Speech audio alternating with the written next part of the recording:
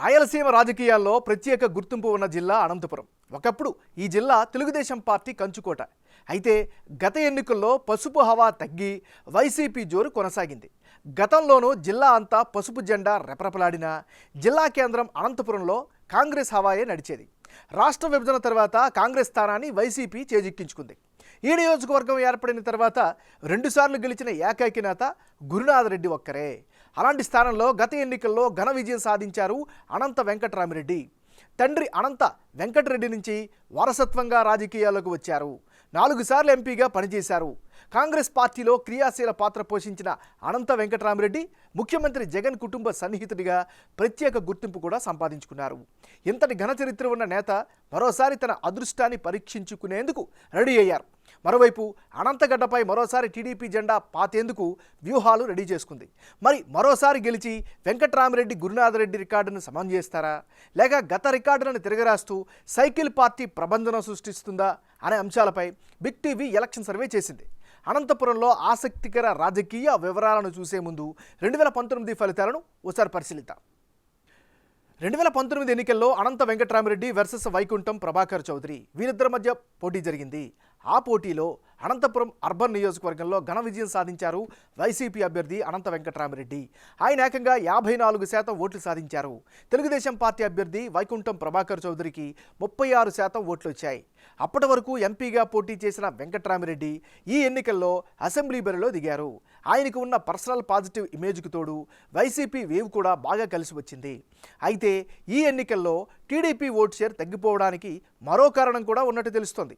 ఈ నియోజకవర్గంలో తన ప్రభావం చూపగల జేసీ దివాకర్ రెడ్డి వర్గం ప్రభాకర్ చౌదరికి పూర్తి స్థాయిలో సహకరించలేదు.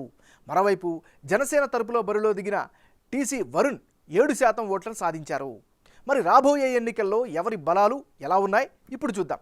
ముందుగా ప్రస్తుతం ఎమ్మెల్యేగా ఉన్న అనంత వెంకటరామిరెడ్డి ప్లస్లు మైనస్లు ఏంటో పరిశీలిద్దాం. ముందుగా ఈయనకి సంబంధించినటువంటి అనుకూలమైనటువంటి అంశాలు. 4 సార్లు ఎంపీగా పనిచేసినటువంటి సుదీర్ఘమైనటువంటి అనుభవం ఖచ్చితంగా ఈయనకి అడ్వాంటేజ్ అయ్యే అవకాశం ఉంది. మరోవైపు సామాన్య ప్రజల్లో చాలా పాజిటివ్ ఇమేజ్ అయితే ఈయన పట్ల కనిపిస్తోంది.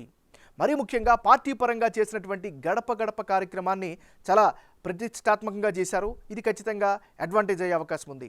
ముఖ్యంగా వివాదాలకు దూరంగా ఉండేటటువంటి నాయకుడు అనేటువంటి బలమైన ముద్ర కనిపిస్తోంది.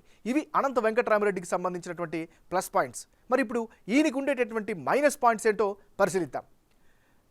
నిరుద్యోగ సమస్య ఈ నియోజకవర్గంలో చాలా బలంగా ఉంది. ఇది ఖచ్చితంగా మైనస్ ఫ్యాక్టర్గా కనిపిస్తోంది. మరోవైపు సొంత వర్గానికే ప్రాధాన్యం ఇస్తూ ఉన్నారు అనే ఆరోపణలు కూడా ఈయన పట్ల వ్యక్తమవుతున్నాయి. మరోవైపు ముస్లింలకే అధిక ప్రాధాన్యం దక్కుతుంది అనేటటువంటి ఆరోపణలు కూడా వినిపిస్తున్నాయి. మరీ ముఖ్యంగా ఆశించిన స్థాయిలో అభివృద్ధి జరగలేదు అనేటటువంటి అపవాదు కూడా నియోజకవర్గంలో కనిపిస్తోంది. ముఖ్యంగా నియోజకవర్గ ప్రజలను రోడ్ల సమస్య అయితే చాలా వేధిస్తూ ఉంది. ఇది ఖచ్చితంగా ఈయనకి ఇబ్బంది అయ్యే అవకాశం కనిపిస్తుంది. మరోవైపు డ్రైనేజీ సమస్య కూడా యాజ్ ఇట్ ఈజ్గా కొనసాగుతుంది. గతంలో ఇచ్చినటువంటి ఈ హామీలను నెరవేర్చలేకపోవడం కూడా మైనస్ అయ్యే అవకాశం ఉంది. ఇవి అనంత వెంకటరామిరెడ్డికి ఉండేటటువంటి ప్లస్లు మైనస్లు. ఇప్పుడు తెలుగుదేశం పార్టీ నేత వైకుంఠం ప్రభాకర్ చౌదరికి ఉండేటటువంటి అనుకూల ప్రతికూల అంశాలంటూ పరిశీలిద్దాం. ముందుగా వైకుంఠం ప్రభాకర్ చౌదరికి కలిసి వచ్చేటటువంటి అంశాలు ఏమిటి? మొదటి నుంచి నియోజకవర్గాన్నే అంటిపెట్టుకున్నారు. స్థానిక నేతగా ఈయన పట్ల పాజిటివిటీ కనిపిస్తోంది. మరోవైపు వరుసగా ఓడిపోతున్నారు అనేటటువంటి ఒక సానుభూతి కూడా ఈసారి కలిసి వచ్చే అవకాశంగా కనిపిస్తోంది. మరోవైపు పార్టీ పరంగా ప్రజల్లో అయితే పాజిటివ్ ఇమేజ్ అయితే కనిపిస్తోంది.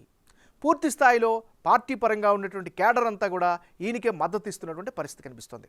నిత్యం నేతలు ప్రజలతో సమావేశాలు జరుపుతున్నారు. వారి యొక్క యోగక్షేమాలు తెలుసుకుంటూ ఉన్నారు. ఇవి వైకుంఠం ప్రభాకర్ చౌదరికి ఉండేటటువంటి అనుకూల పాయింట్స్. మరి మైనస్ అయ్యే అంశాలు ఏమిటి? జేసీ దివాకర్ రెడ్డి వర్గంతో ఉన్నటువంటి విభేదాలే ప్రధానమైనటువంటి మైనస్గా చెప్పుకోవచ్చు. మరోవైపు జనసేన నేతకు టికెట్ దక్కుతుంది అనేటటువంటి ప్రచారం కూడా నియోజకవర్గంలో బలంగా ఉంది. ఇవి ఈయనకి సంబంధించినటువంటి ప్లస్లు మైనస్లు.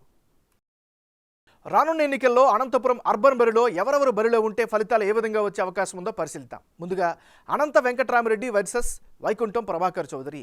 వీళ్ళిద్దరు కనుక బరిలోకి దిగితే ఇప్పటికిప్పుడు అనంతపురం అర్బన్లో ఎన్నికలు జరిగి టీడీపీ అభ్యర్థిగా వైకుంఠం ప్రభాకర్ చౌదరికి టికెట్ దక్కితే ఆయనకు 51% ఓట్లు పడే ఛాన్సెస్ ఉన్నట్లుగా బిగ్ టీవీ సర్వేలో తెలుస్తోంది.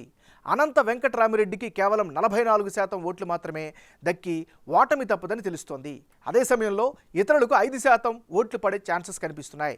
అంటే వైకుంఠం ప్రభాకర్ చౌదరిపై ప్రజలకు ఉన్న పాజిటివ్ ఇమేజ్తో పాటు జనసేనతో ఉన్న పొత్తు కూడా కలిసి రానున్నట్లు బిగ్ టీవీ సర్వేలో తెలుస్తోంది. సామాజిక వర్గాల పరంగా చూసుకున్న ఆయన అన్ని సామాజిక వర్గ నేతలతో సత్సంబంధాలను ఏర్పరచుకున్నారు. దీనికి తోడు ప్రభుత్వంపై ఉన్న వ్యతిరేకత కూడా ఆయనకి కలిసి వచ్చే ఛాన్సెస్ ఉంది. ఇక పర్సనల్ పాజిటివ్ ఇమేజ్తో అనంత వెంకట్రామిరెడ్డి ఓట్లు సాధించుకున్నా నియోజకవర్గంలో ఆశించిన అభివృద్ధి జరగకపోవడం ఆయనకి వ్యతిరేకంగా మారనుందని బిగ్ టీవీ సర్వేలో తేలింది.